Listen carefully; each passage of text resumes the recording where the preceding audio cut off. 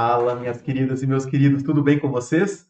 Estamos aqui para comentar a prova da primeira fase da FUVEST 2022, né?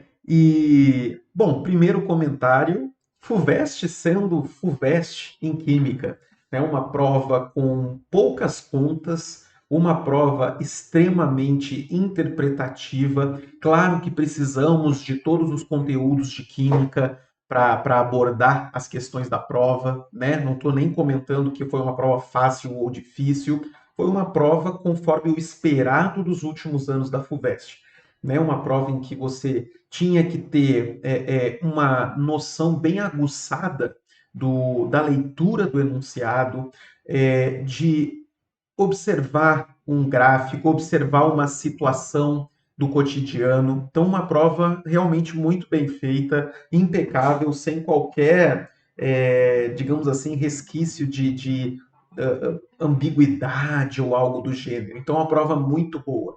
Vamos, sem grandes delongas, começar a resolução das questões. Para facilitar para você, né, pode ser que você não tenha interesse em ver todas as questões, então eu vou deixar aqui na descrição exatamente o tempo em que cada questão vai começar e assim vocês conseguem navegar com um pouco mais de tranquilidade. O que eu queria pedir para vocês, assim como todo youtuber faz, né? Se você gosta desse conteúdo, pô, deixa aí o seu like, deixa o seu comentário, né? Se esse conteúdo te ajudou de alguma forma, passa a palavra adiante para que a gente consiga atingir cada vez mais pessoas, né, com conhecimento, com a química por aqui, tá bom? Então, conto contigo. Vamos começar então, queridos? É, Vamos começar. Claro que eu preciso pegar uma versão de prova aqui, e a versão que eu escolhi foi a versão V, certo? Que normalmente é o padrão que se utiliza, né? A versão V. Então, a primeira questão que eu verifiquei aí de química, e que na verdade é uma questão interdisciplinar de história da ciência, é uma questão, a questão de número 14, que mostra um quadrinho para vocês, né? Eu achei bem interessante, bem divertidinha a questão. O quadrinho a seguir mostra uma paródia entre situações cotidianas e descobertas científicas. Então você vê ali, no jantar dos cientistas, Mendeleev pôs a mesa e definiu o lugar de cada um. Watson e Crick levaram o prato principal, fusilli com sopa de letrinhas. Thomson serviu a sobremesa. E aí lá no fundo, pudim de passas. Esse cara nunca ouviu falar em gotas de chocolate? Queridos, e a questão fala justamente, pergunta, né, quais feitos científicos de Mendeleev, Watson e Crick e de Thomson estão relacionados com o quadrinho? Queridos, Mendeleev foi o cara da tabela periódica. Por isso que ali a brincadeira nos quadrinhos fala disso, né? Ele que pôs a mesa e definiu o lugar de cada um. Mendeleev fez isso com os elementos químicos, né? Ele organizou os elementos químicos pela primeira vez em grupos e também em períodos em ordem crescente de massas atômicas, né? Ainda não é a tabela periódica como a gente conhece, porque a tabela periódica que nós utilizamos hoje, ela está em ordem crescente de números atômicos. Mas Mendeleev é o pai da tabela periódica, beleza?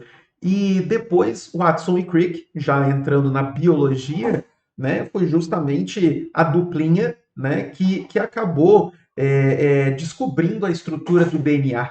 Né? Existe até uma discussão de que não foram eles, que eles roubaram a ideia, né? Mas o que a história da ciência traz hoje é justamente essa lógica de que o Watson e Crick são os descobridores da estrutura do DNA. E a sopa de letrinhas ali mostra justamente, né, as letras que representam as bases nitrogenadas, A, T, C, G, né, timina, adenina, citosina, guanina.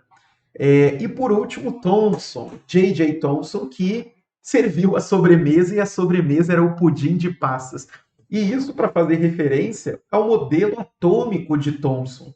Né? Lembrando a vocês, o modelo atômico de Thomson foi o segundo modelo atômico na sequência. Primeiro modelo de Dalton, que todo mundo chama de bola de bilhar, a esfera indivisível, né? O átomo é uma esfera indivisível, enfim. E o Thomson foi o descobridor do elétron. E o Thomson criou um modelo atômico em que o átomo era tinha uma massa positiva, e dessa massa positiva nós tínhamos elétrons que ficavam incrustados nessa massa positiva. E muitos passaram digamos assim, divulgar o modelo de Thomson como o modelo do pudim de passas, dos elétrons sendo as passas e o pudim sendo essa massa positiva do átomo. Né? Assim que ele é conhecido no ensino médio, o modelo de Thomson. Então, lembrando disso, a gente consegue olhar para as alternativas e entender que a nossa resposta aqui é a letra B de bola. Né? Mendeleev organizou os elementos químicos em uma tabela periódica, Watson e Crick descobriram a estrutura do DNA e o Thomson propôs um modelo atômico. Lindo demais, legal demais. Fechado? Boa questão, questão bacaninha, né? Interdisciplinar e de história da ciência. Beleza. Eu não vou fazer grandes comentários sobre as demais alternativas, cada uma delas traz aí um outro momento da ciência, uma outra situação, tá bom? Vou já agora pular para o final da prova, encontramos aí as questões de química a partir da questão 68, e a questão 68 traz a tabela periódica, certo? Como a gente conhece bem hoje, e fala assim: a produção do vidro tem por base a modificação da estrutura cristalina do quartzo, SiO2, que é o dióxido de silício, por meio do seu aquecimento e da adição de óxidos alcalinos, entre ele o Na2O. Esse processo adiciona cátions de sódio à estrutura do quartzo, tornando-a amorfa. Alguns vidros, como os utilizados em telas de smartphones, passam ainda por processo de troca iônica. Um processo de troca iônica para aumentar a resistência a quedas e riscos. Então, peraí, vamos lá. Você tinha o quartzo, dióxido de silício, e você adicionou Na2O, o óxido de sódio. E ele está dizendo que para fazer tela de smartphone pode acontecer uma troca iônica, ou seja, íons vão trocar, íons vão mudar aí. Para isso, o vidro é banhado numa solução salina contendo íons potássio. Dessa forma, o potássio substitui o sódio na estrutura sem que o volume do vidro se altere, mas o potássio substitui o sódio. Pessoal, com base nessas informações, é correto afirmar que os íons potássio. Perceba que você tem algumas alternativas que falam que os íons potássio são maiores ou menores do que os íons sódio. Vamos para o fato. Gente, quando você tem elementos químicos que estão na mesma família, o que a gente sabe? O raio atômico cresce de cima para baixo. Então, na tabela periódica, vamos dar aquele zoom aqui na tabela. Na tabela periódica, você tem sódio no terceiro período, potássio no quarto período. Beleza? Então, o potássio tem um raio atômico maior do que o do sódio. E isso acontece também com os íons. O íon de potássio acaba sendo maior do que o íon sódio. Então, a gente já pode eliminar essas alternativas. Vou até escrever isso. O raio do K+ é maior do que o raio do Na+. Isso é um fato. Beleza? O fato de o potássio estar no quarto período e o sódio no terceiro período faz com que isso aqui seja verdade. Então a gente já elimina aqui as alternativas que dizem que os íons de potássio são menores. Isso não é verdade. Não tem a menor possibilidade. Então, são menores, elimina. Deixa eu colocar aqui certinho. Elimina. Beleza. Tem o mesmo tamanho que os íons de sódio? Não, não tem o mesmo tamanho. Elimina. Legal? Agora vamos lá. Percebe o que ele está dizendo? Vou relendo aqui alguns trechos importantes do enunciado. Ele disse que a troca iônica, vamos voltar aqui, a troca iônica aumenta a resistência a quedas e riscos. Ele fala isso. E lembra, numa questão da FUVEST, a gente não pode colocar palavras na boca da banca, entende? A gente não pode trazer conhecimentos que não têm embasamento para responder a questão. Então vamos lá. Vamos por alternativa. Letra A. Os íons potássio são maiores do que os íons de sódio. Isso é verdade. Dessa forma, a estrutura torna-se mais preenchida e mais resistente ao choque físico. Opa, faz todo sentido, pessoal. Por quê? Você tinha o sódio que era menor. Você colocou o potássio que é maior e ocupa um espaço maior. E ele diz que o volume do vidro não se altera. Então, trocar o sódio que era menor pelo potássio que é maior, sem alterar o volume total, faz com que realmente a estrutura seja mais preenchida. Faz sentido? Então, essa alternativa está muito boa. Ela está encontrando embasamento no texto. Letra B. Os íons potássio são mais resistentes ao choque físico do que os íons de sódio. Onde diz isso no enunciado? Qual é o embasamento? Que conhecimento da química a gente pode usar para dizer que os íons de potássio são mais resistentes? Nenhum. Não tem nada na química que nos traga esse conhecimento, certo? Então a letra B está fora. Não dá para eu afirmar que os íons de potássio são mais resistentes ao choque físico. Sacou? Letra D de dado. Fazem com que a estrutura de vidro deixe de ser amorfa. Opa, como assim? Ele diz que o processo adiciona cátion sódio à estrutura do quartzo, tornando-a amorfa. Colocou sódio, tornou amorfa. Depois você faz a troca iônica. Onde aparece no texto ou no nosso embasamento externo que botar potássio no lugar do sódio muda a estrutura? Não tem embasamento para isso. Entende, pessoal? O FUVEST é muito isso. É você ter o seu conhecimento básico de química, você usar o texto e as informações que você puxar do externo sendo aquelas informações clássicas da química. Aquelas informações que a gente tenha realmente uma base para entender que a alternativa está correta. Então, a 68, queridos, realmente é a letra A. É a melhor alternativa. Né? Ela encontra embasamento. Os íons potássio são maiores do que os íons sódio, isso a gente sabe do nosso conhecimento sobre propriedades periódicas, e a estrutura acaba se tornando mais preenchida, uma vez que também ele diz que o volume do vidro não se altera. Percebe? Está tudo no enunciado. Então marcamos a letra A. Tudo bem, queridos? Vamos em frente? Questão 69 é daquelas questões que a FUVEST sempre traz, que exigem da gente uma análise da reação que está acontecendo, tentar entender a lógica da reação que está acontecendo. Partiu? Olha o que ele fala. Uma das formulações para os adesivos silicones usados na construção civil é chamada de silicone acético. Essa nomenclatura é utilizada porque o componente ativo libera ácido acético. Meus queridos, anota isso aqui. O componente... Opa, deu uma empolgada. O componente ativo libera ácido acético durante a formação do precursor, espécie que promoverá a polimerização como representado genericamente a seguir. Então, você tem aqui o componente ativo, que vai liberar o precursor e uma outra espécie. O que ele está dizendo no enunciado? Ele está dizendo para mim que essa espécie liberada é o ácido acético. É o ácido acético. Agora, como assim? Vamos tentar entender. Vê se você consegue me acompanhar aqui, tentar botar algumas cores aqui.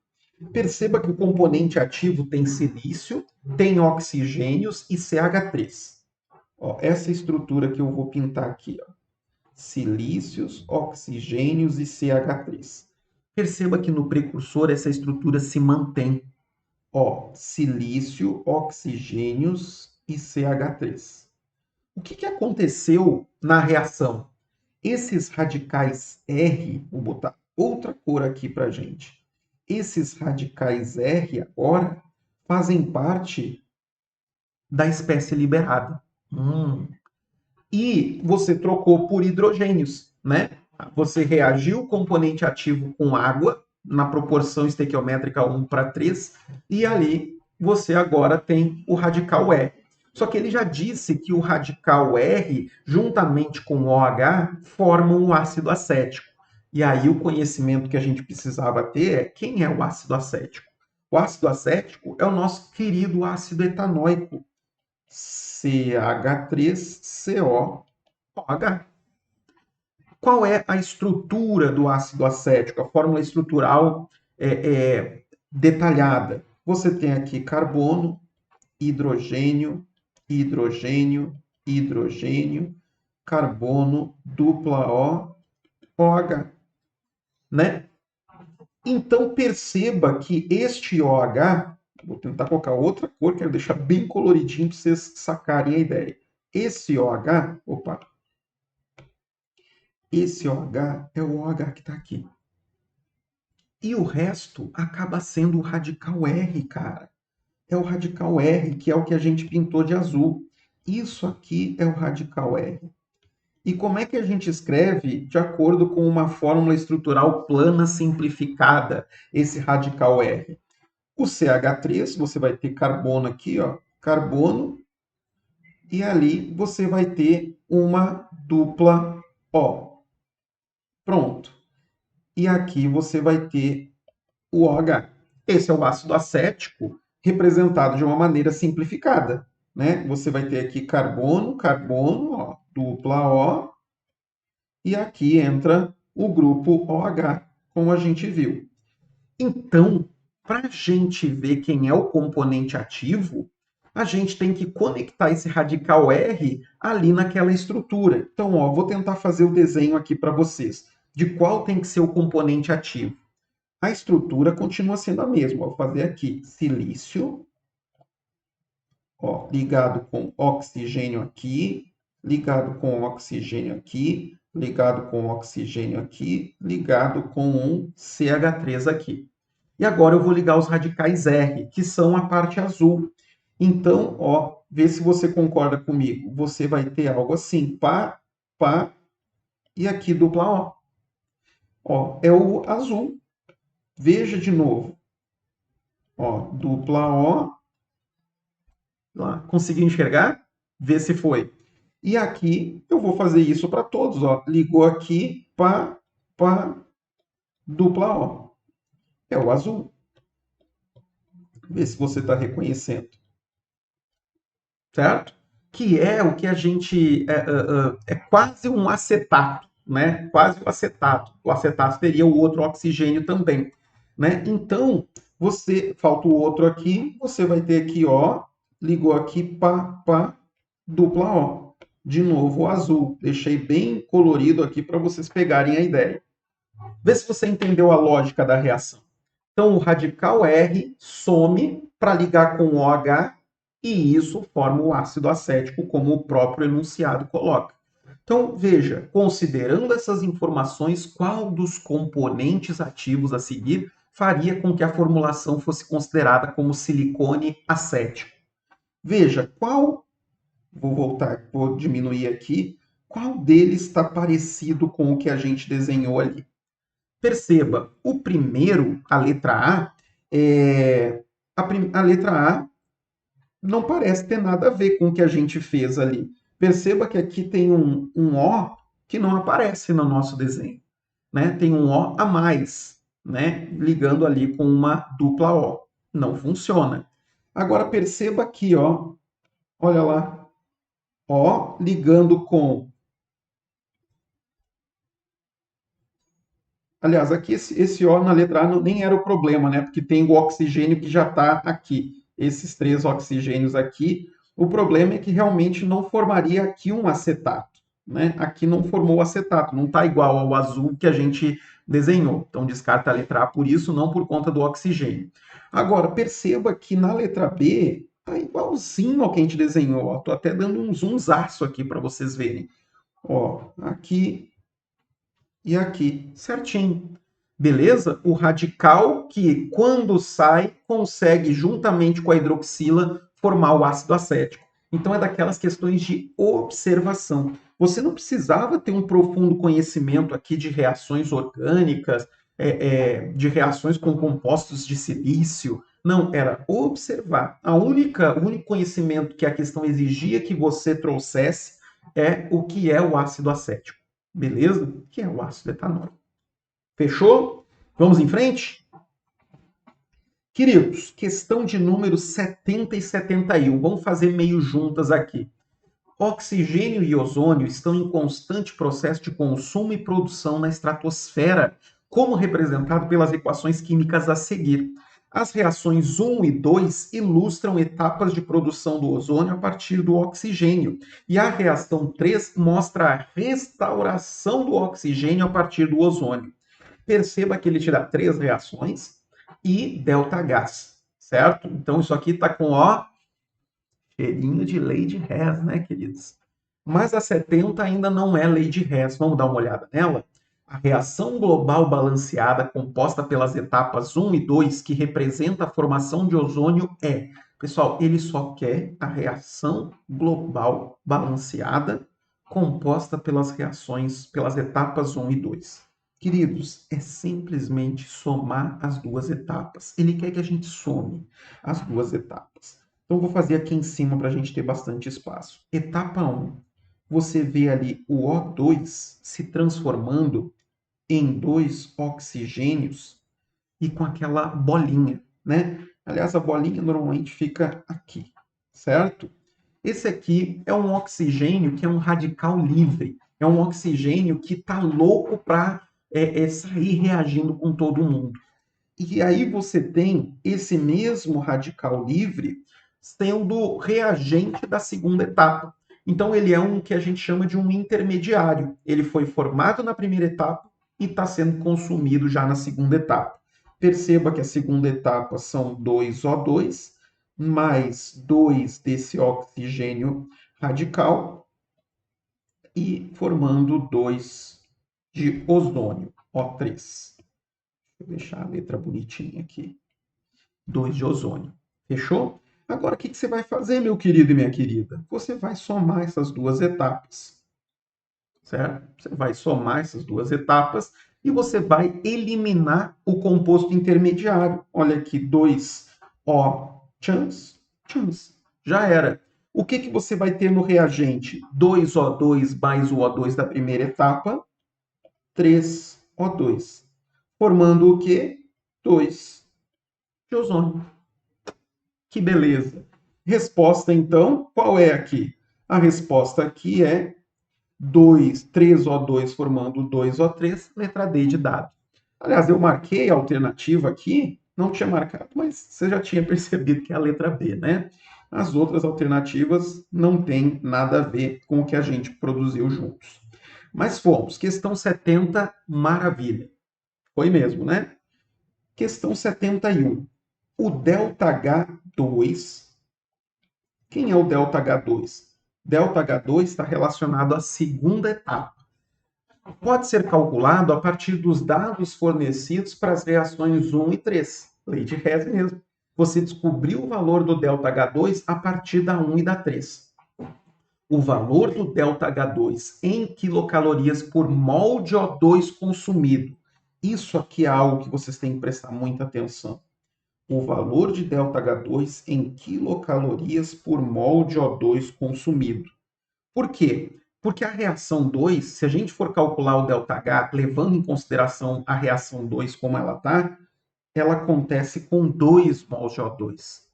Então você vai ter que calcular esse ΔH e você ainda vai ter que conferir certinho com relação ao que ele está pedindo. Ele quer em quilocalorias por mol de O2 consumido. Bom, vamos fazer o seguinte. A equação 2 passou a ser a nossa equação alvo. Eu preciso manipular matematicamente as equações 1 e 3, de modo que, ao somá-las, eu obtenha a reação 2. Então, pensa comigo. Eu preciso, pensando que a 2 é o nosso alvo, eu preciso de 2 oxigênios na forma de radical livre no reagente. Quem tem oxigênio na forma de radical livre é a equação 1. Só que ela está com oxigênio radical livre no produto. O que eu tenho que fazer com a equação 1, então? Invertê-la. Então, ó, primeiro passo, Vou chamar de 1 aqui para não confundir as coisas. 1 inverte a equação 1. Como é que fica? Você vai ter aqui, vou escrever aqui embaixo, 2O radical formando O2. E o que acontece com esse ΔH se você inverteu? Você tem que trocar o sinal do ΔH.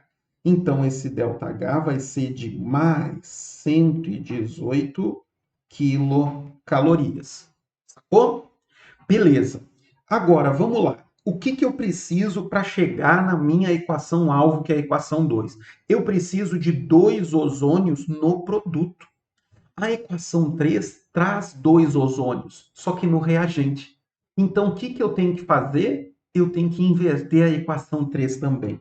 Então, o passo 2 é inverte a equação 3. Como é que fica? Invertendo, ficamos com 3O2 virando 2O3.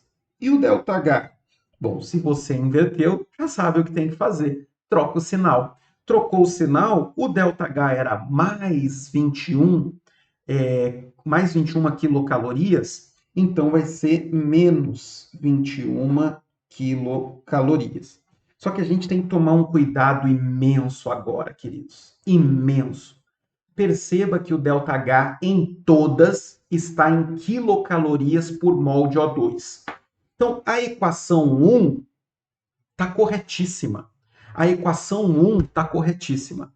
Você tem 1 mol de O2 gerando um ΔH de menos 118 quilocalorias. Então, está de acordo com a equação que aparece ali do lado. O2 virando 2 oxigênios radicais livres, liberando 118 quilocalorias por mol. Agora, presta atenção. A equação 3 já não está batendo. A equação 3 não está batendo. Eu vou ter que dar uma ajustada aqui. Por quê? Vê se você me entende. Vou dar um zoom aqui para a gente sacar bem o que está acontecendo. Você está conseguindo perceber que aqui você tem 3 mols de O2? Tem 3 mols de O2. Ele está dizendo que o ΔH dessa reação é de mais 21 quilocalorias por mol de O2.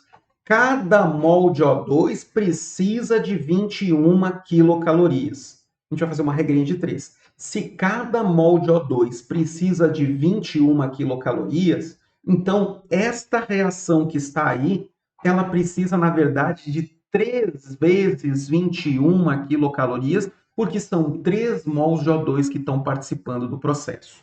Então, na verdade, esse ΔH, o ΔH da reação mesmo, vai ser 3 vezes 21. 3 vezes 21, que são 63 quilocalorias. Então, por isso que eu vou ajustar aqui agora, em vez de menos 21 quilocalorias, eu vou escrever menos 63 quilocalorias, que é o coerente com o fato de eu ter 3 mols de O2 participando. Você entendeu essa? Essa é normalmente a maior fonte de erro do aluno que conhece lei de Hess, que domina tudo, só que ainda se perde com essas análises, tá? Então, ele disse no gráfico, desculpa se eu estou sendo repetitivo para quem já entendeu, ele diz no gráfico que o ΔH está dado para cada mol de O2.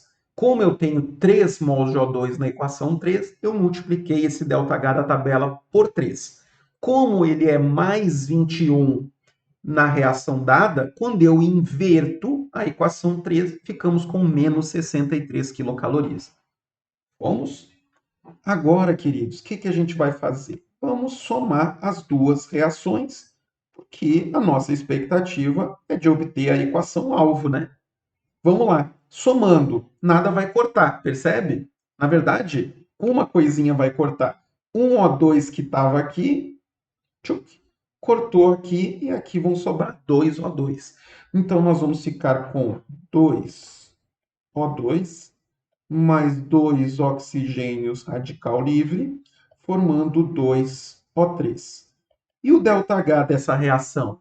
É a soma dos ΔHs que foram utilizados nas etapas anteriores. E como é que fica isso? 118 menos 63. 118 menos 63 ficam 55 quilocalorias. Mais 55 quilocalorias. Mas aí eu te convido de novo a prestar atenção num detalhe.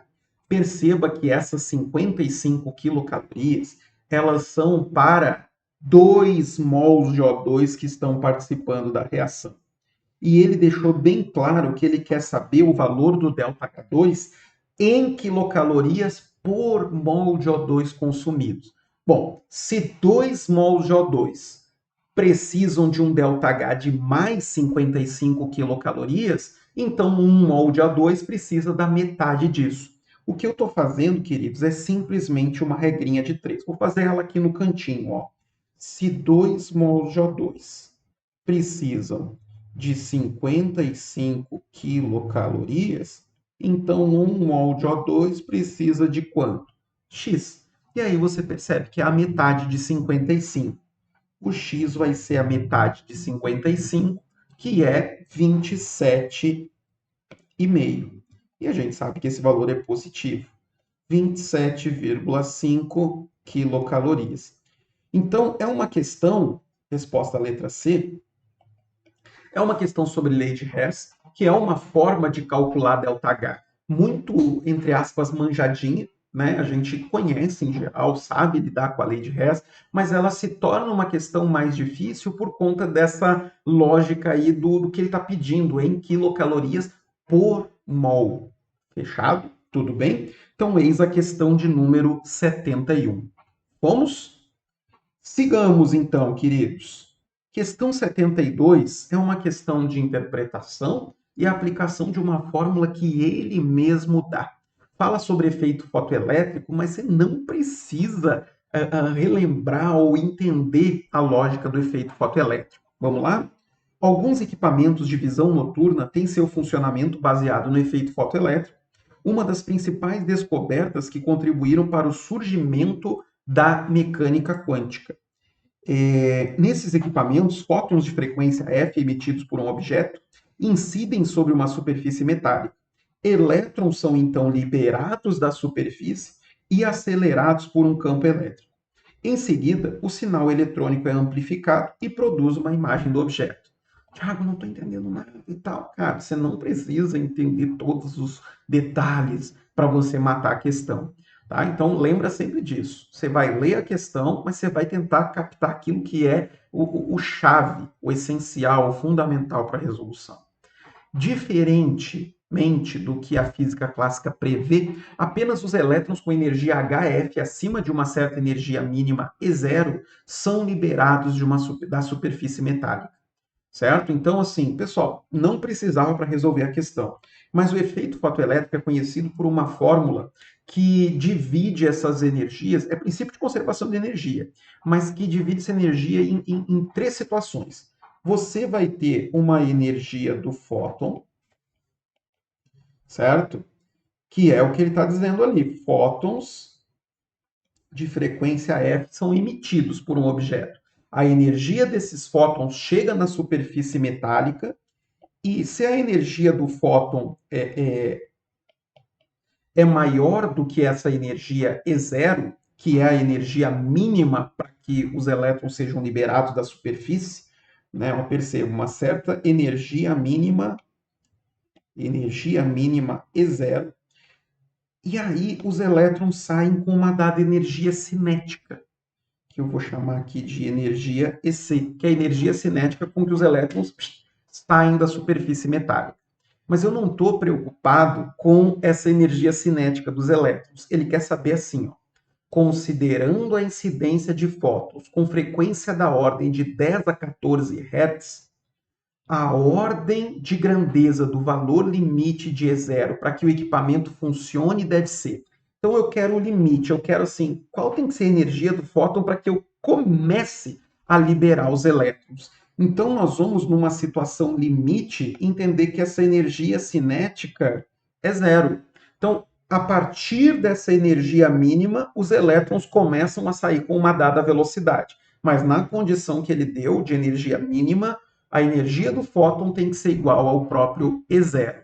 E como é que eu calculo mesmo a energia do fóton? O enunciado diz para mim: a energia do fóton é igual a H vezes a frequência F. Mas quem é H? Note a dot. É a constante de Planck. Beleza? Então, a energia do fóton vai ser igual à constante de Planck, 6,63 vezes 10 a menos 34 joules por segundo, vezes a frequência, que são 10 elevado a 14 Hz.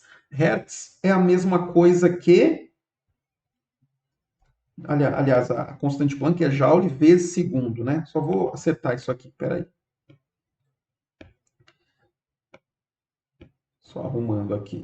Joule vezes segundo, e aqui o Hertz é segundo a menos 1, né? Então, segundo corta, chance, e a nossa energia do fóton vai ser 6,63 vezes 10 elevado a menos 34 mais 14. Isso dá 10 a menos 20 joules. Beleza? Ele quer saber qual é a ordem de grandeza desse valor limite. Pessoal, ordem de grandeza, 10 a menos 20. Acabou a questão. Resposta, letra D de dado. Sacou? Então, não precisava de grandes elucubrações. Era usar a fórmula que ele deu e fim de papo. Tudo bem? Você não precisava dominar efeito fotoelétrico, entender detalhes do efeito fotoelétrico para resolver a questão. Fechado? Beleza? Ok. Questão 73, meus queridos, é outra questão de interpretação. E é uma questão bonita. Eu acho essa questão muito bonita. Observa, palavras-chave. É uma questão envolvendo cinética química e pH. Cinética química e pH. Beleza? Vamos lá. As reações de hidrólise de ésteres, vou dar um zoom aqui. As reações de hidrólise de ésteres, quando realizadas em meio aquoso, podem ser catalisadas pela adição de ácido, sendo a reação mais lenta em meios próximos da neutralidade. Meios mais próximos da neutralidade, reação lenta. Se você coloca ácido, a reação é catalisada, ela acelera. Então vamos lá, queridos. Duas coisas que nós temos que lembrar aqui. Primeiro, quando você catalisa uma reação, você acelera a reação, mas você não muda a quantidade de produto formado no final. Então, por exemplo, imagina que eu estava numa reação lenta. E se eu deixasse a reação acontecer todinha, eu ia formar 100 gramas de produto. Aí fui lá e botei um catalisador. Os mesmos 100 gramas de produto vão ser formados, mas eles vão ser formados em menos tempo, mais rápido. Entendeu? Então, esse é o primeiro ponto. A quantidade de produto formada não se altera. Segundo ponto importante, a gente entender a lógica do pH. Nós sabemos que quanto menor o pH, mais ácido, né? Maior é a concentração de H+. De boa isso, né? Quanto menor o pH, mais ácido. Aí ele mostra para você, você nem precisa se preocupar muito com a reação, mas é a hidrólise de um éster de um ácido graxo. Esse éster acaba se quebrando em um ácido e um álcool, né? É o contrário da esterificação, de maneira bem simples falando, né? A esterificação, na verdade, a esterificação é ácido mais álcool formando éster e água, e ali você tem éster e água formando ácido e álcool, tá? Mas nem precisava se preocupar com a reação. Duas reações idênticas para a hidrólise desse éster foram realizadas nas mesmas condições, variando apenas o pH no meio. Uma delas foi conduzida em pH igual a 2. pH igual a 2. Queridos, pH igual a 2 significa o quê? Mais ácido. Pelo enunciado, mais ácido significa o quê? Mais rápido. Então, com o pH igual a 2, eu espero que a reação seja mais rápida. E outra em pH igual a 6, que é mais próximo do pH neutro, que é 7. Então, pH6 significa mais lenta, certo? Qual dos seguintes diagramas representa de forma mais adequada a quantidade de ácido graxo formada? Ou seja, a quantidade de produto. Tá vendo ali o ácido graxo? Ó? A quantidade de ácido graxo formado. O que representa? Qual gráfico vai representar ali a quantidade de produto formado? Duas coisas, pessoal. Primeiro, você tem que ver que no pH 2, a curva do pH 2 tem que formar o produto em menos tempo. Né? É um gráfico de quantidade de ácido graxo em função do tempo. Tem que formar em menos tempo, com pH igual a 2. E, além disso, a mesma quantidade de produto. Quando você pensa nisso, querido, você já começa a pensar assim, poxa, o gráfico, tem alguns gráficos aqui que já dá para a gente pensar em eliminar. Né? Você pensa, pô, a quantidade de ácido graxo vai diminuir com o passar do tempo? Não, ele é um produto. Né? Se o ácido graxo é um produto, ele tem que aumentar a sua quantidade com o passar do tempo. Faz sentido? O ácido graxo, ó, ele é um produto da reação. Marquei ele de azulzinho lá. Se ele é produto, ele está sendo apenas formado e não consumido. Então, com isso, você já elimina a letra B, porque tem ácido graxo sendo consumido ali num dos gráficos. Não faz sentido. Letra C, pode manter. A letra D está diminuindo quantidade de ácido graxo, corta. Letra E diminuindo quantidade de ácido graxo, corta. E agora? Agora você fica entre duas, A e C. Mas você tem que marcar aquela que vai ter a curva do pH igual a 2, formando a mesma quantidade de ácido graxo em menos tempo. E isso nos leva à resposta da letra qual? Letra A. Beleza? Letra A. Por que letra A? Pensa comigo. Vamos aqui dar um zoom. pH igual a 2. Quando é que a reação praticamente acaba? Né? Vou botar aqui de azulzinho. Você está formando a mesma quantidade de produto, ó, nesse tempo, chamar de T1. E para você formar a mesma quantidade de produto num pH igual a 6, você só conseguiu aqui perto, ó. As duas curvas chegaram iguaizinhas, né, nesse tempo muito mais longo. Então, realmente, a letra A mostra que com pH igual a 2 a reação foi mais rápida e que com pH igual a 6 ela foi mais lenta. Fez sentido, queridos? Então, perceba isso. A gente não precisava também de grandes conhecimentos. O que precisávamos era de dois conceitos fundamentais: o estudo de pH e também a ideia de que o catalisador não altera a quantidade de produto no final das contas. Né? E a gente entender que se eu tenho um produto, a quantidade de produto não pode diminuir com o passar do tempo, ela aumenta conforme a reação acontece. Com isso, matamos a 73. Vamos que vamos? 74. 74. Muitos alunos já me disseram que acharam essa aqui um pouco difícil. Sim, sempre que aparece KPS, a questão acaba sendo um pouco mais enrolada. Mas vamos lá. Queridos, cálculos renais, conhecidos popularmente como pedras nos rins, consistem principalmente em oxalato de cálcio, CaC2O4, espécie cuja constante de solubilidade, KPS, é de aproximadamente 2 vezes 10 a menos 9. Os íons oxalato presentes em muitos vegetais reagem com os íons cálcio para formar o oxalato de cálcio, que pode gradualmente se acumular nos rins. Supondo que a concentração de íons cálcio no plasma sanguíneo seja de cerca de 5 vezes 10 a menos 3 mols por litro, qual seria a concentração mínima em mols por litro de oxalato para que CaC2O4 precipitasse? Vamos lá. Queridos, quando fala de KPS, nós estamos falando de equilíbrio heterogêneo, que acontece entre um sal insolúvel, nesse caso, e os íons, os poucos íons que dissolvem em solução aquosa. Então, a reação que representa esse equilíbrio heterogêneo que a gente vai ver aqui é a seguinte: você tem aqui o Ca C2O4, que é o oxalato de cálcio sólido, em equilíbrio com os seus poucos íons que estão em solução, que vão ser cálcio 2+, e o oxalato, que é o C2O4 2-.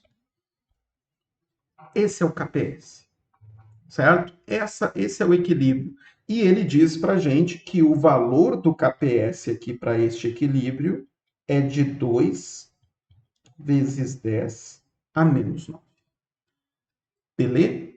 E aí ele quer saber quanto tem que ser a concentração de oxalato, que é o C2O4 2-, para que comece a ter a precipitação.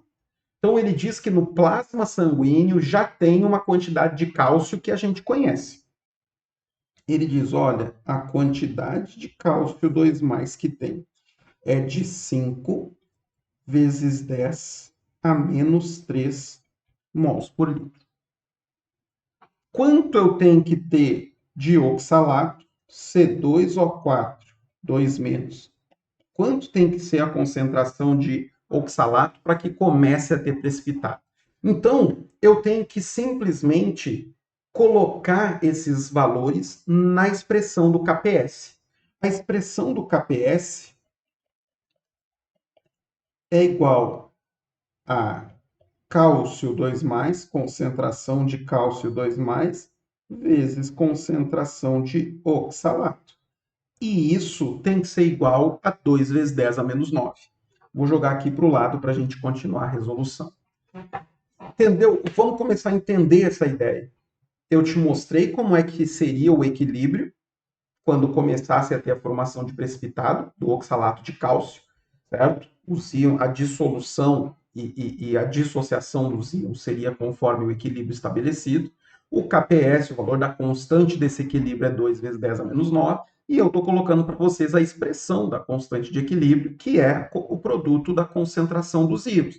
Produto sobre reagente. Mas como o reagente é sólido, ele não entra na expressão da constante de equilíbrio, saca? Então, agora a gente vai simplesmente substituir. Bom, se o KPS é 2 vezes 10 a menos 9, então a concentração de cálcio 2+, que é 5 vezes 10 a menos 3, tem que ser igual.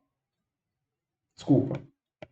O KPS, que é 2 vezes 10 a menos 9, tem que ser igual à concentração de cálcio 2+, que é 5 vezes 10 a menos 3 mols por litro, vezes a concentração de oxalato, que eu não sei e eu quero descobrir qual é a concentração mínima de oxalato que eu preciso ter na solução, ou seja, né, no sangue, enfim, para que comece a formar precipitado. Então, eu estou nessa situação de iminência de formação de precipitado. Legal? Então, basta eu isolar aqui a concentração de C2O4 2-, que vai ser calculada como 2 vezes 10 a menos 9 sobre 5 vezes 10 a menos 3. Isso aqui, 2/5 é o mesmo que 0,4, menos 9, 10 a menos 3, vezes 10 a menos 6. Então, a concentração de oxalato, C2O4 2-, não liguem aí a letra meio zoada, mas estou tentando fazer meio rápido aqui para ficar mais dinâmico para vocês. 0,4 vezes 10 a menos 6 são 4 vezes 10 a menos 7 mols por litro. É isso. Essa é a concentração mínima de oxalato para que eu comece a ter precipitado. Se eu coloco um pouco mais de oxalato do que isso, pronto, já vai ter a formação dos cálculos renais. Beleza? Então, para a gente evitar cálculo renal, a gente dilui a solução, ou seja, vamos tomar bastante água, né? Ou a gente tenta diminuir essa ingestão de alimentos que tenham muitos íons oxalato. Né? Outro sal que também está nas pedras nos rins é o fosfato de cálcio. Né? Então, o fosfato de cálcio é a mesma ideia. Você já tem cálcio no sangue. Como é que você evita a formação de cálculos renais de fosfato de cálcio? Não ingerindo íons fosfato. Beleza? Onde tem fosfato? Coca-Cola. Ácido fosfórico acaba gerando íons fosfato. Então, vamos beber mais água e menos Coca-Cola, como já diria Cristiano Ronaldo, grande CR7, né? Então, queridos, aqui, ó, letra C, 4 vezes 10 a menos 7 mols por litro é a concentração de oxalato. Questãozinha, dá para se dizer uma questão mais difícil, só por ser de KPS. Ser de KPS já torna essa questão uma questão dificinha. Beleza? Vamos em frente, queridos. Questão 75, eu acredito que seja talvez a questão mais criativa dessa prova. É uma questão muito legalzinha, né? Que é muito de interpretação mesmo do problema que ele está trazendo. Não tem nada muito, não precisamos de um grande conhecimento aqui, não. Olha lá o que ele diz. Um marcador radioativo, sódio 24, foi injetado em um ponto de um cano de água subterrâneo e, na sequência, com um detector sobre o solo, foi medida a radioatividade ao longo do percurso do cano. A figura a seguir esquematiza o local de injeção do marcador e o perfil da radioatividade detectada ao longo do cano. Queridos, vou dar um zoom aqui. Você injetou sódio 24 no cano, que está lá embaixo, subterrâneo. Suave? Beleza? E aí o que vai acontecer? Bom, esse sódio vai sendo levado pelo fluxo da água, pela correnteza. Só que esse sódio é um sódio radioativo. Ele vai emitindo alguma partícula radioativa que o detector pega. E aí você vai passando o detector lá em cima no solo, no nível do solo. E esse detector vai indicando a radioatividade que ele consegue perceber. E isso está no gráfico. Ó, distância ao longo do cano é o eixo X.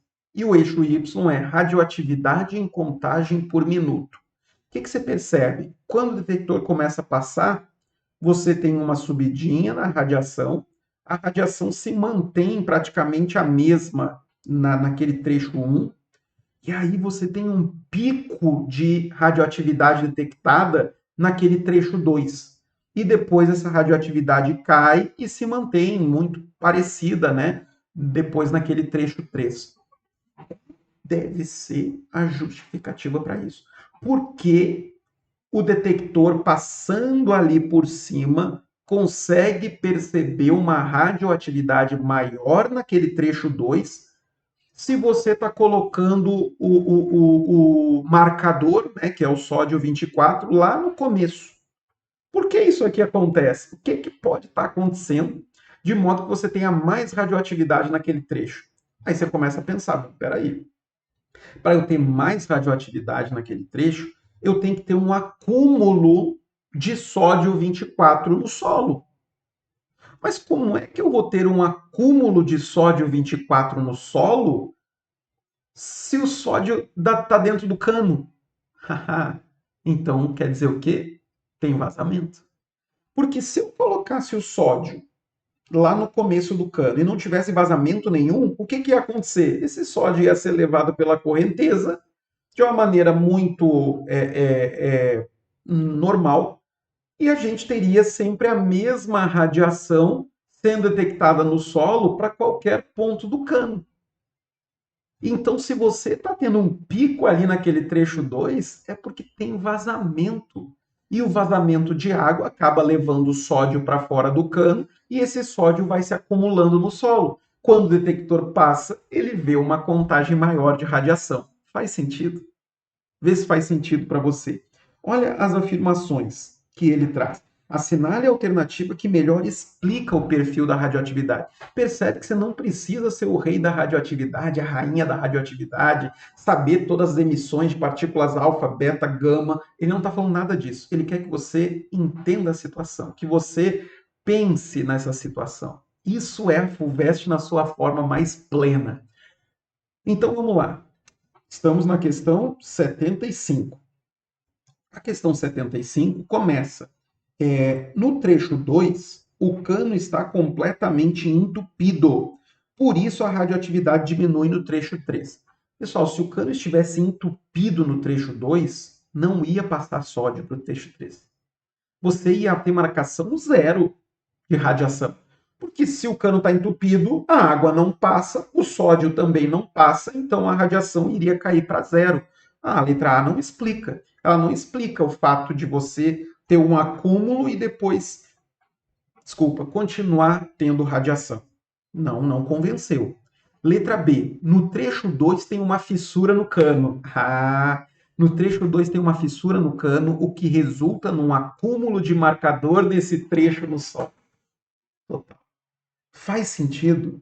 Vazou, o sódio começou a se acumular, água começou a sair do cano, sódio saiu do cano também. Por isso que a quantidade de radiação que tem em 3 acaba sendo menor do que em 1, porque parte do sódio que foi colocado vazou, saiu do cano. Faz sentido? Faz todo sentido. Beleza? Isso é FUVEST. Isso é FUVEST. Letra B de bola. Percebe? Ela explica direitinho todos os trechos do gráfico. Letra C. O marcador radioativo flui no sentido contrário ao fluxo de água, acumulando-se no meio do cano. Se flui no sentido contrário, se você tivesse injetado o sódio 24 na posição que foi mostrada no desenho ali, o sódio 24 iria para o outro lado. Então você não detectaria radiação nenhuma andando com o detector no sentido aí do cano, né? Na distância ao longo do cano. Não faz sentido a letra C. Letra D. No trecho 3, a radioatividade é menor porque foi consumida por reações químicas ao longo do trecho 2. O que no enunciado te faria crer que acontece alguma reação química? Que pista foi dada ao longo do enunciado para isso? Nenhuma. Então não cai nessa. É uma distração que ele está colocando para você. Letra E. No trecho 2, a radioatividade diminui? Não. No trecho 2, a radioatividade não diminui. Ela aumenta. Né? Você está vendo que ela aumenta. Então, já, a letra E você já elimina por olhar o gráfico. Certo? Então, nem faz sentido. Ele coloca no NOT e ADOT o tempo de meia-vida do sódio, mas nem precisa para resolver a questão. Tranquilo? Tudo bem? Então, letra B com convicção na questão 75. Show? Vamos que vamos, queridos. A prova ela é longa. A gente está demorando mais aqui, né? O vídeo acaba sendo um vídeo bastante longo. Já estamos aí com quase 1 hora. Mas como eu te disse, vocês vão escolhendo aí as questões que vocês querem resolver, que vocês querem ver resolvidas. Questão 76. O hidróxido de alumínio, ao precipitar em solução aquosa, forma um sólido gelatinoso que pode ser usado como agente floculante no tratamento de água. Essa precipitação pode ocorrer pela adição de um hidróxido solúvel. Vamos já marcando isso aqui. Essa precipitação pode ocorrer pela adição de um hidróxido solúvel a uma solução aquosa ácida contendo um sal de alumínio solúvel, como o cloreto de alumínio. Entretanto, marcar de outra cor, adicionando-se excesso de hidróxido ao meio, a formação de íons AlOH4- espécie solúvel em água. E o precipitado se solubiliza novamente. Então, você tem ali uma situação. Você vai colocar um hidróxido solúvel numa solução aquosa ácida contendo um sal de alumínio solúvel. E aí você vai ter, então, a precipitação. Do quê? Do hidróxido de alumínio, como ele colocou logo no começo. Mas se você errar a mão e colocar excesso de hidróxido no meio, excesso de hidróxido no meio significa o quê? O meio ficar mais básico, certo? Então, já vou marcar isso aqui, ó. Se o meio fica mais básico, o que ele diz que acontece? Começa a formar AlOH4-. E esse AlOH4- é uma espécie solúvel em água e o precipitado, aquele hidróxido de alumínio que ia precipitar, já não precipita mais. Se você errou a mão ali na quantidade de hidróxido, já era. Dessa forma, dependendo do pH do meio, uma das espécies acaba presente na solução em quantidade maior do que as demais, como exemplificado no esquema. Pessoal, o que você já percebeu? Se eu botar excesso de base, vai formar a LOH4-. Então, a espécie C aqui, a gente já sabe quem é. É o AlOH4-. Ele diz, aquela parte azul do enunciado já mata essa parte. Adicionando-se excesso de base, tem informação do AlOH4-. Está escrito no enunciado. Então, a espécie C é o AlOH4-. Só tenho como possibilidades a letra D e a letra E. Todas as outras alternativas já eram. Elimina a letra A, elimina a letra B, elimina a letra C. Legal? Agora, volta. Vamos lá. O hidróxido de alumínio, ao precipitar em solução aquosa, forma o sólido gelatinoso, que é a etapa de floculação no tratamento de água. Essa precipitação pode acontecer pela adição de um hidróxido solúvel a uma solução aquosa ácida contendo um sal de alumínio solúvel. Então, pausa aqui. Você tinha antes de você adicionar o hidróxido solúvel, você já tinha uma solução aquosa ácida, contendo um sal de alumínio solúvel, como a LCl3. Se você tinha uma solução ácida contendo o sal do alumínio, esse sal do alumínio sendo solúvel, a LCl3, ele vai acabar sofrendo a dissolução em alumínio 3+, e 3Cl-. Certo? Então, quando você tem só o meio ácido, você tem cátions de alumínio. O que a gente marca aqui? Vou botar de outra cor, né? Você tem cátions de alumínio. Você tinha uma solução aquosa ácida contendo cátions de alumínio. Então, a única alternativa que sobrou é a letra E. Depois, quando você adiciona o hidróxido solúvel, parte desse hidróxido solúvel vai neutralizar o meio ácido. E é aí que você vai ter a precipitação do hidróxido de alumínio. Então, o hidróxido de alumínio se forma quando o pH do meio está mais próximo do neutro. Vê se você entende isso do enunciado. É uma questão mais difícil mesmo. Tá? Então, ó, repetindo. Você tinha uma solução aquosa ácida tendo um sal de alumínio. Então, você tinha cátion de alumínio. Você foi lá e adicionou o hidróxido solúvel. E o enunciado está dizendo na parte verde que aí a precipitação acontece. Mas se você erra a mão e coloca mais base do que deveria, aí você tem a formação do AlOH4-. Resposta letra E. Questão muito bonita, mas uma questão um pouco mais difícil. Mas perceba, é de interpretação também. Beleza? Estamos chegando no fim, meus queridos. Questão 77, também uma questão muito interessante. E que é uma questão de continha, não muita continha, e muito mais também de interpretação. Para o monitoramento ambiental no entorno de um posto de gasolina, coletou-se uma amostra de solo que foi submetida de forma integral à análise de naftaleno, um composto presente na gasolina. Então, você está coletando uma amostra de solo que está no entorno de um posto de gasolina e a concentração de naftaleno encontrada foi de 2 miligramas de naftaleno para cada quilograma de solo úmido. Então, vamos anotar isso aqui, ó. São 2 miligramas de naftaleno para cada 1 quilograma de solo úmido. Beleza. Só que ele pede assim para você, ó. Sabendo que essa amostra de solo contém 20% de água, esta amostra de solo contém 20% de água, qual é o resultado dessa análise por quilograma de solo seco? Então, peraí. Se em 1 quilograma de solo úmido tem 20% de água, então em 1 quilograma de solo úmido, você tem 0,2 quilogramas de água que é 20% de 1 quilo, né? 0,2 vezes 1 quilo são 0,2 quilogramas. E o que sobra são 0,8 quilogramas de solo seco, né? E aí ele quer saber qual é o resultado dessa análise por quilograma de solo seco. Então, na verdade, o que você tem são 2 miligramas de naftaleno, 2 miligramas de naftaleno em 0,8 quilogramas de solo seco.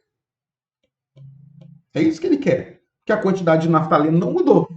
Eu só estou dizendo que no solo úmido, naquele 1 quilo de solo úmido, 200 gramas são de água, 800 gramas são de solo seco.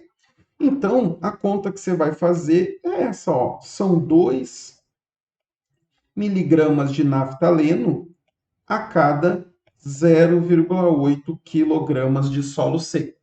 Ao fazer essa conta, 2 dividido por 0,8, nós vamos ter quanto aí? 2 dividido por 0,8, isso dá 2,5 miligramas para cada quilograma de solo seco. Foi, acabou a questão. Certo? Essa é a questão 77. Acabou, acabou mesmo. 2,5. Vê se você pegou a ideia. 77, letra E. Certo? 2 miligramas de naftaleno, 1 quilograma de solo úmido. Mas nesse 1 quilograma de solo úmido, 0,2 quilogramas são água, 0,8 quilogramas é solo seco. Então tem 2 miligramas de naftaleno em 0,8 quilogramas de solo seco. Fechou. Beleza? Questão 78, queridos, a última, para fechar. E é uma questão que precisa de conhecimento de reações inorgânicas, principalmente ocorrência de reações de dupla troca e solubilidade de sais. Então, é uma questão difícil, mas ela é uma questão já muito trabalhada, muito vista em outros vestibulares de outros anos, que é o caso do uso de compostos de bário, principalmente do sulfato de bário, como contraste radiológico. Né? É um caso já muito comum, principalmente por conta de uma tragédia que ocorreu há muitos anos, né? Já faz mais de 15 anos, acredito eu, que aconteceu de contaminação de um contraste radiológico e acabou matando muitas pessoas. Vamos lá. O cátion bário 2+, pode apresentar toxicidade aos humanos. Cara, se tiver uma dada quantidade de bário 2+, no nosso corpo, já era, pode causar morte. Dependendo da sua concentração e forma química. Por exemplo, o sulfato de bário, que é o BaSO4, é pouco tóxico, sendo usado como contraste radiológico. Você tomou sulfato de bário, tá tudo bem. Agora, ele diz ainda, o sulfato de bário é insolúvel. Tá? Então, ó, vou marcar de cores aqui. O sulfato de bário é pouco tóxico por ser insolúvel em solução aquosa. Enquanto o carbonato de bário, vou botar aqui, o carbonato de bário, que é o BaCO3, e o nitrato de bário são muito tóxicos, pois liberam bário 2+ no organismo. Em um laboratório, foram feitos 2 testes de solubilidade para identificar o conteúdo dos 3 frascos não rotulados, que poderiam ser de nitrato de bário, carbonato de bário ou sulfato de bário. Os resultados dos 2 testes de solubilidade são apresentados a seguir. Queridos, vamos lá. Uma coisa importante aqui para resolver a questão. Existe a tabela de solubilidade dos sais, que se a gente soubesse já meio decorada, a gente já matava a questão. E uma coisa que mata essa questão é você saber que os nitratos são solúveis. Nitrato de qualquer coisa é solúvel. Então, o nitrato de bário, BaNO3,2, é solúvel em solução aquosa. Se você coloca nitrato de bário, então, em água, o que vai acontecer? A dissociação. O BaNO3,2 em solução aquosa, ele vai acabar virando bário 2+ em solução aquosa e vai liberar 2 nitratos. 2NO3-. E o problema está nesse bário 2+ que apareceu. Já era, cara. O carbonato de bário é insolúvel em solução aquosa. Se você bota carbonato de bário em solução aquosa, nada acontece. Ele é insolúvel. Assim como o sulfato de bário. Isso o enunciado mesmo diz. Se você coloca o sulfato de bário na água, nada acontece. Beleza? Então vamos ver. Teste 1. Perceba que o teste 1 é adicionar água. Adição de água destilada na temperatura ambiente. Perceba realmente que 2 deles são sais insolúveis e um é solúvel. E não houve liberação de gás. Sim, quem é o solúvel? É o nitrato de bário. O nitrato de bário é solúvel e ele vai acabar formando bário 2+, e isso é muito perigoso para o organismo humano. Então eu já sei que o terceiro frasco é de BaNO3,2. Só com essa informação. Mas para ter essa certeza, eu precisava trazer para a prova esse conhecimento prévio. Só que se você for muito sagaz aqui no enunciado, você não precisa dessa informação para resolver. Mas vamos já dizer aqui que a gente está entre a letra A e a letra B. A letra C traz o sulfato de bário. E não pode ser, né, cara? Ele mesmo diz no enunciado que o sulfato de bário é insolúvel, olha lá. O sulfato de bário é insolúvel. Então não tem como no teste 1 dar solúvel o sulfato de bário. Você poderia ficar na dúvida com o carbonato de bário. Por isso que eu disse, tem que ter a sagacidade. Mas sulfato de bário, a letra C, mesmo sem o conhecimento prévio, e a letra E, você eliminaria pela leitura do enunciado. Então vamos supor que a gente não lembrava que os nitratos são solúveis. Ficamos entre A, B e D. Beleza? Beleza. Agora vamos lá. Sulfato de bário é usado como contraste radiológico. Você ingere o sulfato de bário e ele entra em contato com o seu estômago. E o que tem no seu estômago? Suco gástrico. E o suco gástrico está aqui. Adição de HCl diluído à temperatura ambiente. Então, o teste 2 é uma simulação do suco gástrico do seu estômago. O que você espera? Sabendo do enunciado. Eu não estou nem trazendo conhecimento prévio. Se você ingeriu o sulfato de bário como contraste e você ficou vivo de boa, porque ele diz que ele é pouco tóxico, que você pode ingerir. Então quer dizer que o sulfato de bário, com o suco gástrico do nosso estômago, não interage. Então vamos ver ali, frasco 1. Insolúvel, não houve liberação de gás. Frasco 2. Solúvel, houve liberação de gás incolor. E 3, solúvel, não houve liberação de gás. No 2 e no 3, você está dizendo que você tem algo, você tem um sal que é solúvel em suco gástrico. Se for solúvel no suco gástrico, já era, a pessoa morre, porque não pode ser solúvel. O cátion bário 2+ é tóxico ao ser humano. Isso garante para você, leitura do enunciado, isso garante para você que o sulfato de bário é quem está no frasco 1. Certeza. Certeza. Você já pode cravar essa. O sulfato de bário está no frasco 1. O sulfato de bário está no frasco 1. Então você ficaria entre a A e a D. A letra B já foi embora. Você entendeu? Só pelo seu conhecimento, pela sua percepção. Pô, se eu tomo contraste radiológico e não dá problema nenhum, é porque tá tudo bem. Ele não interage com o nosso suco gástrico. Entende? Mas se você já tivesse uma vivência maior em química, um conhecimento já mais aguçado em reações de dupla troca, você iria lembrar do seguinte: quais são as condições para a ocorrência de uma reação de dupla troca? São 3 possibilidades. Eu tenho que satisfazer uma delas. Ou formação de gás entre os produtos. Isso garante a ocorrência de uma reação de dupla troca. Ou formação de precipitado, ou formação de algo fraco, um ácido fraco, uma base fraca ou água.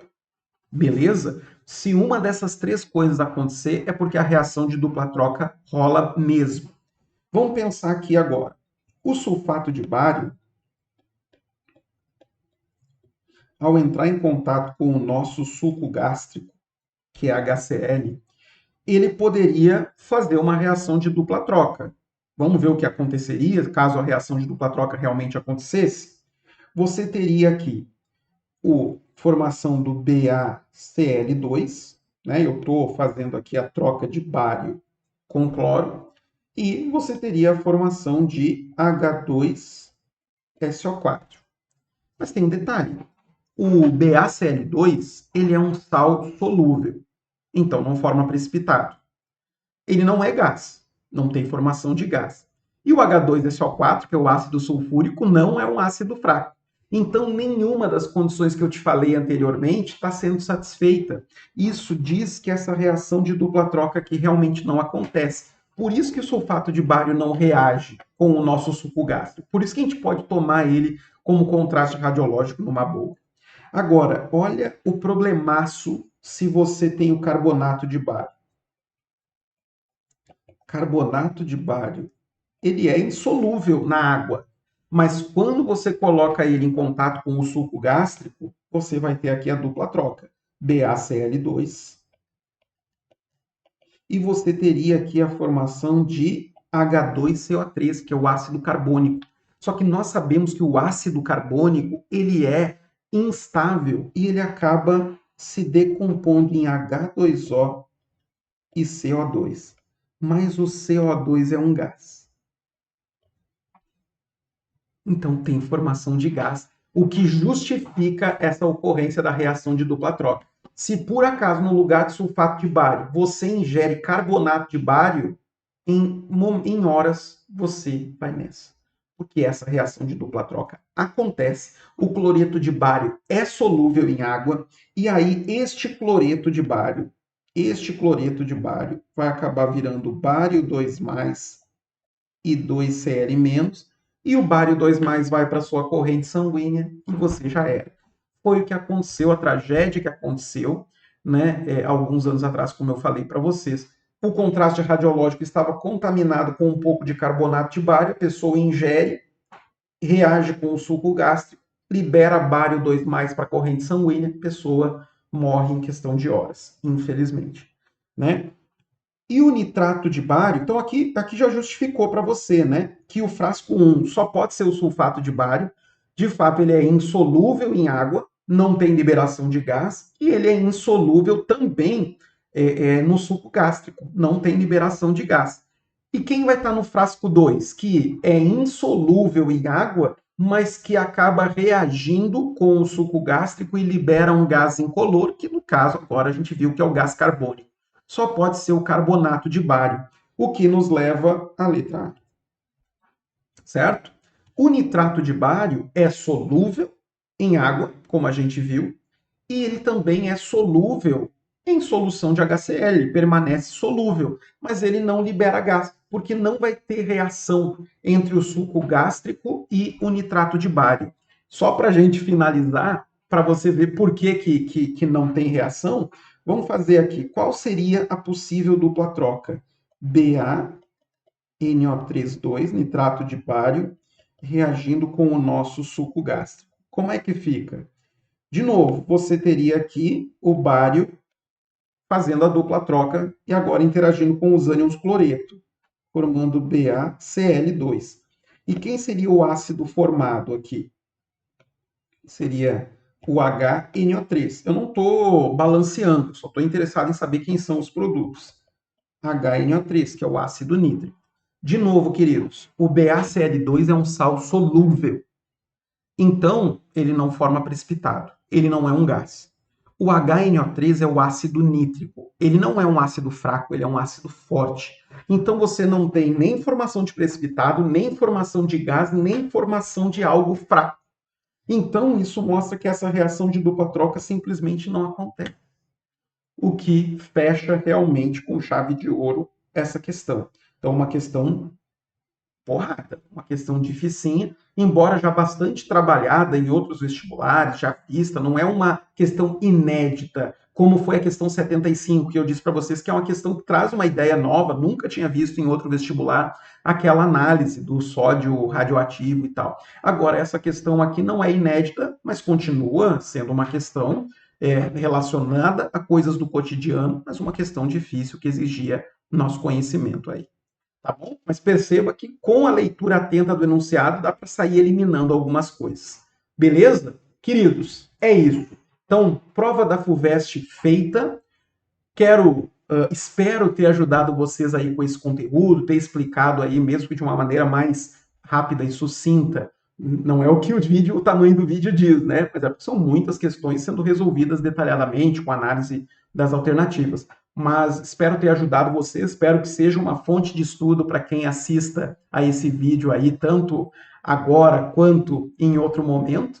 E, pô, de novo fica o meu pedido a vocês. Se ajudou, se vocês curtiram, cara, deixa um like, deixa um comentário. Isso ajuda demais, nos incentiva a continuar fazendo esse trabalho bacana. Tá bom? Queridos, beijos e abraços. Valeu, falou!